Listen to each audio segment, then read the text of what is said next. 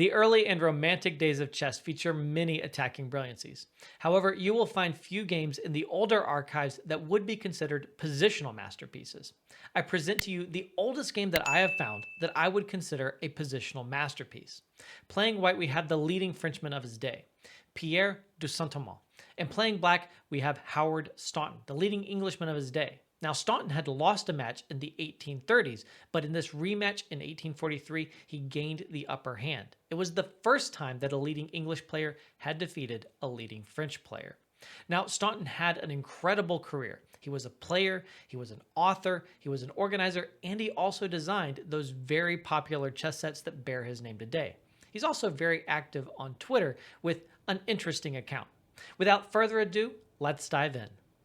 The opening is actually really good from both players. Even though a modern engine might point out some inaccuracies, it's pretty clean up through about move 15.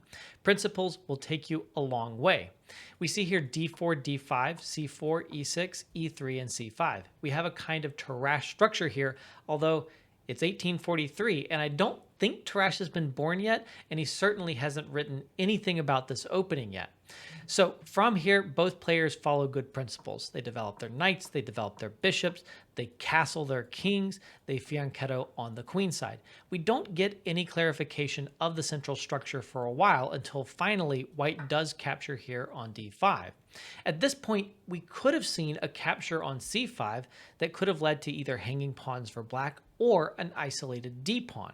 However, it seems like the players don't really want to pursue such a structure, and I wonder if the potential weaknesses of such structures where you give your opponent a pawn in the center of the board and you don't keep a pawn in the center of the board for yourself weren't really appreciated yet. Instead, we eventually see further clarification where both players accept an isolated d-pawn, but there is no open file here on the d file for either player, so the typical isolated d-pawn weakness doesn't really apply. Now, from here, we're going to see some very curious maneuvering, and it seems like neither player really knows what to do, so they're kind of maybe tickling the position for a while and hoping for some clarity that will give them an idea of how to proceed. For example, I don't really understand why black takes 2 moves to move the queen to b6 in just a moment when you could do this in 1 move. And additionally, white takes 2 moves to move this bishop to e3 when it could also have gone there in 1 move. Even more curious is some time spent maneuvering the knights around where the knights jump to a square and then jump back. For example, here, the knight goes over to h5, where it doesn't really have anything to do because, for example, after queen d1, which is played, you can't jump the knight into f4 because then after capturing, there is a loose knight here on e7. So the knight on h5 is just hanging out there, and it is a case where the knight on the rim is grim. After knight h5, we see queen d1, and the knight just goes back. Like I said, there are some sequences here which are not major errors, but are just very curious inaccuracies that kind of waste time. You maybe get the sense that at this particular period in chess history, there was a lot of kind of maneuvering and waiting to see what your opponent would do, and you didn't feel the sense of pressure in the position to do something as much as I think any modern chess player would. Here, we also see knight h4, more dancing with the knight to the edge of the board. In general, in this game, you can assume that if a knight goes to the h-file, it was not the best move in the position, and both players do it, and I don't really understand. Again, not major blunders, just kind of weird inaccuracies. Now, rook c7, queen d2, knight to h7, more curious knight maneuvering, queen c2, knight back to f6. We're really dancing around with this knight between these squares. King h1, knight e8, more dancing. And finally, we get some change in the position. The knight jumps into f5, which is actually not the best move by white because in this position, it allows black to exchange the knight on e7, which wasn't very good. And there's also not really a good benefit to having the bishop out here instead.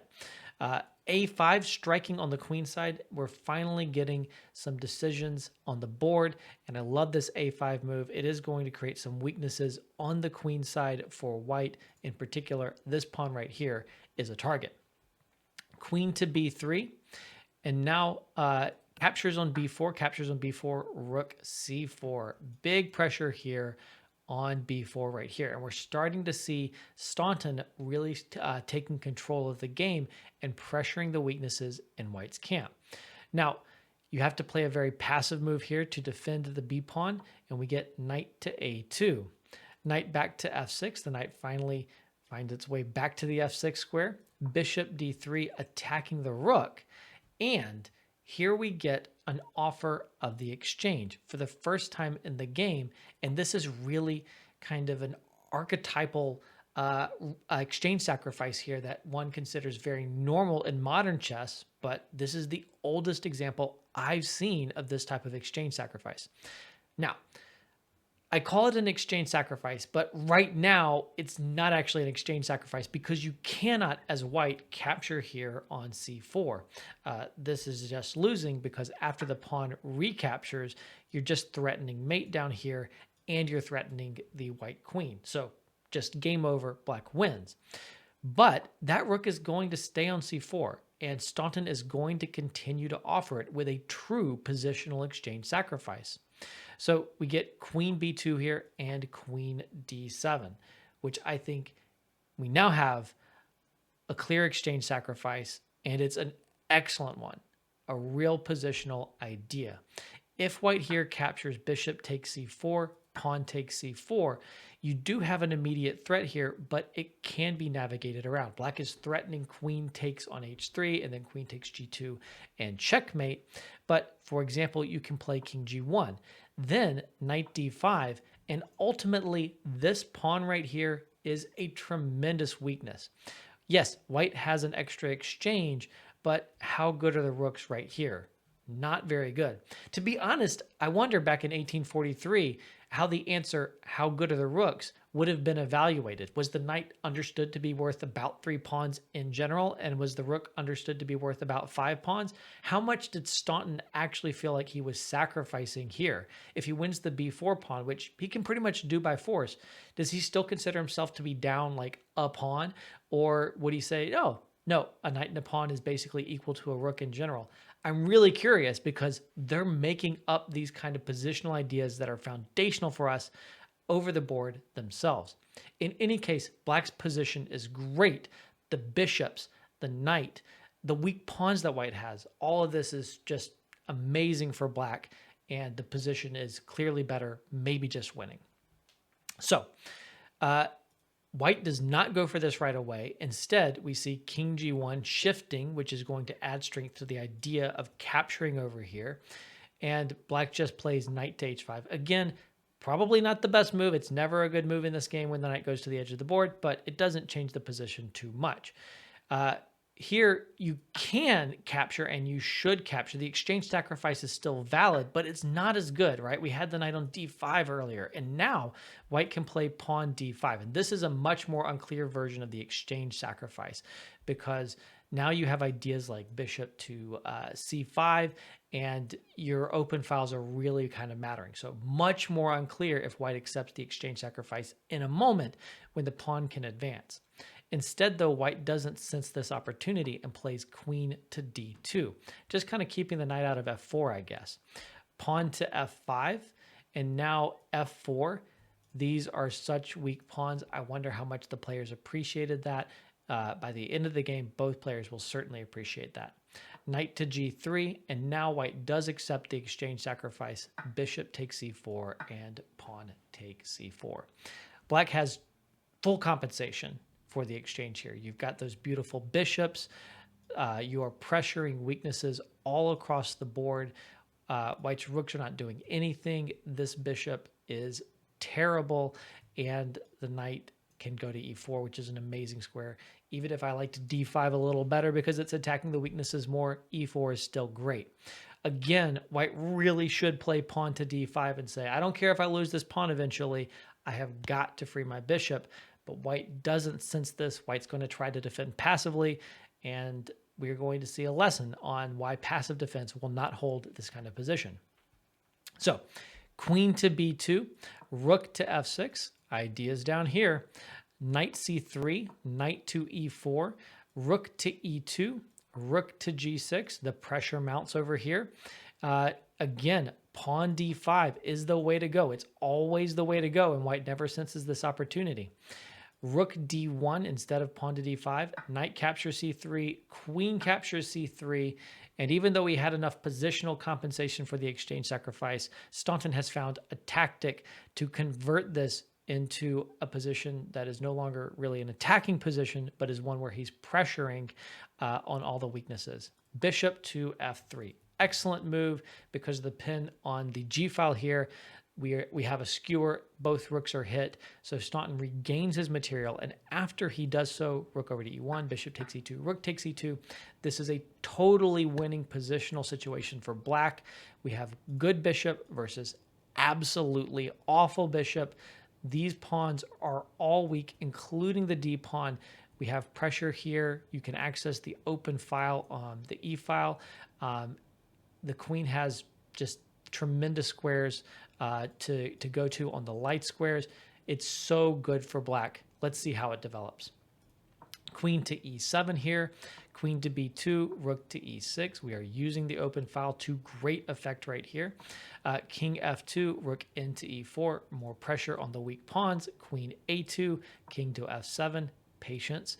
I love the king f7 move. Like, you can do other things, but I love just king f7 saying, I'm not in a rush, right? We always think of the players from this era as being just attacking players, but king f7, total patience. I've got this.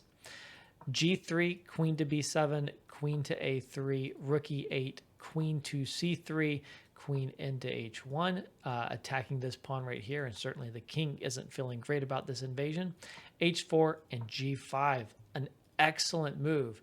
Ripping things open, and the king safety becomes a bigger concern for white. Now, queen back to e1, offering a queen exchange, which might be good, but you don't need to go for it. Queen h2 check, king f1, queen h3 check, king g1, queen g4, putting both of these ideas into play. And also with the queen attacking, there's now a pin on the bishop on e3, and after pawn takes g5, Staunton exploits that pin on the bishop with bishop takes f4. Of course, you can't capture here, that's check, and there's really no better choice here. This position has completely collapsed, so bishop takes f4. And now, after sacrificing the exchange much earlier, Staunton wins the exchange. And even if you might look at this for a moment and go, hey, you know, at least I have a pawn for the exchange, and this is a passed pawn on h6, of course, this is totally winning for black. This pawn is the most important pawn on the board. This h pawn is not going anywhere. It's totally controlled by the king, and also white's pawns are easily picked off. This is a resignable position, but Saint-Amant does play it out. Pawn c3, king f1, rook to e4, bishop back to c1. The king steps up, and then pawn c2, bishop d2, rook takes b4. A cute little move. Honestly, many ways to win, but it's always fun to capture something that appears to be defended, but actually is not defended.